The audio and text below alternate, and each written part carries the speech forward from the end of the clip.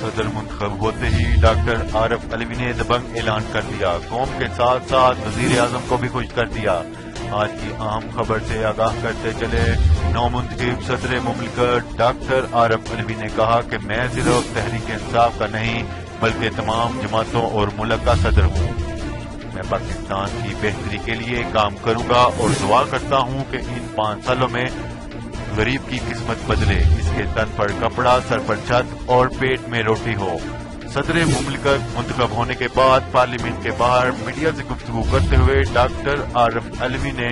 کہا کہ میں اللہ کا شکر بجا لاتا ہوں اور احسان مانتا ہوں کہ پاکستان کی صدارت کے اوپر پاکستان تحریک انصاف کا نامزد امیدوار منتخب ہوا ہے۔